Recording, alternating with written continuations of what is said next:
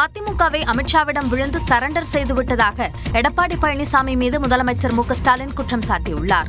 மாமல்லபுரத்தில் திமுக நிர்வாகிகளுக்கான என் வாக்குச்சாவடி வெற்றி வாக்குச்சாவடி என்ற பெயரிலான பயிற்சி கூட்டத்தை தொடங்கி வைத்து பேசிய முதலமைச்சர் அதிமுக கூட்டணிக்கு யாரும் செல்ல தயாராக இல்லை என்று கூறினார். எதிர்க்கட்சித் தலைவராக இருக்கக்கூடிய பழனிசாமி அவர்கள் பெயரளவுக்காவது திராவிட கட்சியாக இருந்த அந்த கட்சியை அமித்ஷா கிட்ட விழுந்து சரண்டர் பண்ணிட்டாரு. 2021 தேர்தல் தமிழ்நாட்டை கொத்தடிமை அதிமுக கூட்டத்திடமிருந்து மீட்ட தேர்தல் என்றும் 2026 தேர்தல் என்பது தமிழ்நாட்டை பாஜக அதிமுக கும்பலிடமிருந்து பாதுகாப்பதற்கான தேர்தல் என்றும் கூறினார். 2026 தேர்தலில் நாம தான் வெற்றி பெற போறோம். அன்னைக்கு நியூஸ் ஹெட்லைன்ஸ் என்னன்னா, திராவிட மாடல் 2.0 ஆட்சி தொடங்கியது. இதுதான் ஹெட்லைன்ஸ். இதை நான் ஆணவத்தில் சொல்லல, உங்க உழைப்பு மேலையும் ஆட்சியின் சாதனை மேலையும் தமிழ்நாட்டு மக்கள் வச்சிருக்கக்கூடிய நம்பிக்கையில சொல்றேன். அதிமுக பாஜக கூட்டணியை மக்கள் விரும்பவில்லை என்றும் முதலமைச்சர் மு.க.ஸ்டாலின் தெரிவித்தார்.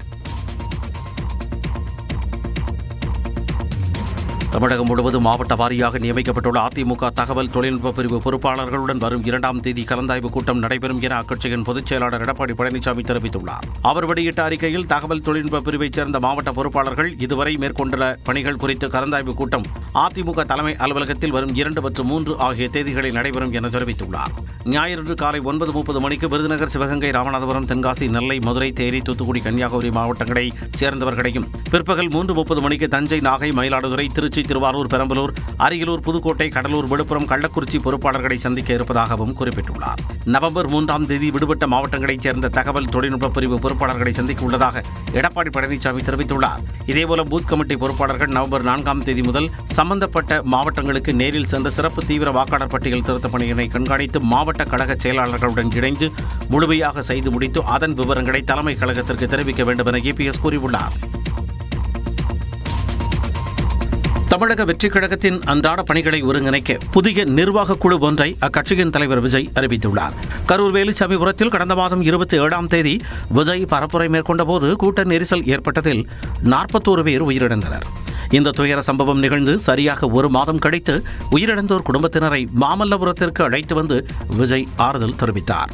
தீபாவளி பண்டிகைக்கு முன்பு அவர்களது குடும்பங்களுக்கு 20 லட்சம் ரூபாய் நிதி வங்கிக் கணக்கின் மூலம் தாவேகா சார்பில் அளிக்கப்பட்டது. இதன் நடுவே அந்த கட்சியில் இருந்து எந்த ஒரு நிகழ்வும் நடைபெறாமல் இருந்தது. இந்நிலையில் தமிழக வெற்றிக் கழகத்தின் அன்றாட பணிகளையும் செயல்பாடுகளையும் ஒருங்கிணைக்க 28 பேர் கொண்ட புதிய நிர்வாக குழுவை விஜய் நியமித்துள்ளார். இந்த குழுவில் பொதுச் செயலாளர் ஆனந்த், தேர்தல் பிரச்சார மேலாண்மை பொதுச் செயலாளர் ஆதவ அர்ஜுனா உள்ளிட்டோர் இடம்பெற்றுள்ளனர். மாமல்லபுரத்தில் நடைபெற்ற ஆறுதல் கூட்டத்தின் போது தாவேகா பொருளாளர் வெங்கட்ராமன் செல்ல பவுன்சர்கள் அனுமதி மறுத்தது சலசலப்பை ஏற்படுத்திய நிலையில் புதிய நிர்வாக குழுவில் அவரது பெயர் இடம்பெறவில்லை. வழக்கமாக புதிய அறிவிப்பின் போது ஆனந்த் வழிகாட்டுதலின்படி செயல்படும் என குறிப்பிட்டு வந்த விஜய் தற்பொழுது தனது வழிகாட்டுதலின்படி புதிய குழு அமைக்கப்பட்டிருப்பதாக தெரிவித்திருப்பது அரசியல் வட்டாரத்தில் கவனம் பெற்றுள்ளது. இதனிடையே தமிழக வெற்றிக் கழகத்தின் நிர்வாக குழு கூட்டம் இன்று காலை 10 மணிக்கு பனையூர் தலைமை நிலைய செயலகத்தில் நடைபெறும் என அறிவிக்கப்பட்டுள்ளது. கரூர் கூட்ட நெரிசல் வழக்கின் முதல் தகவல் அறிக்கையில் விஜய் பெயர் இடம்பெறாதது ஏன் என நாம் தமிழர் கட்சியின் தலைமை ஒருங்கிணைப்பாளர் சீமான் கேள்வி எழுப்பியுள்ளார். நெல்லையில் செய்தியாளர்களை சந்தித்த அவர், கரூருக்கு வந்தவர்கள் விஜயை பார்க்க வந்தவர்கள்தானே, அப்படியெனில் பிரச்சனைக்கு யார் காரணம் என்று கேள்வி எழுப்பினார். நான் தானே விஜய், நான் வர்றதுனால தானே கூட்டம், என்னை பார்க்க வந்த கூட்டத்தில் தான் நெரிசல், சாவு, மரணம். அப்ப அந்த குற்றப்பதிவுல எஃப்ஐஆர்ல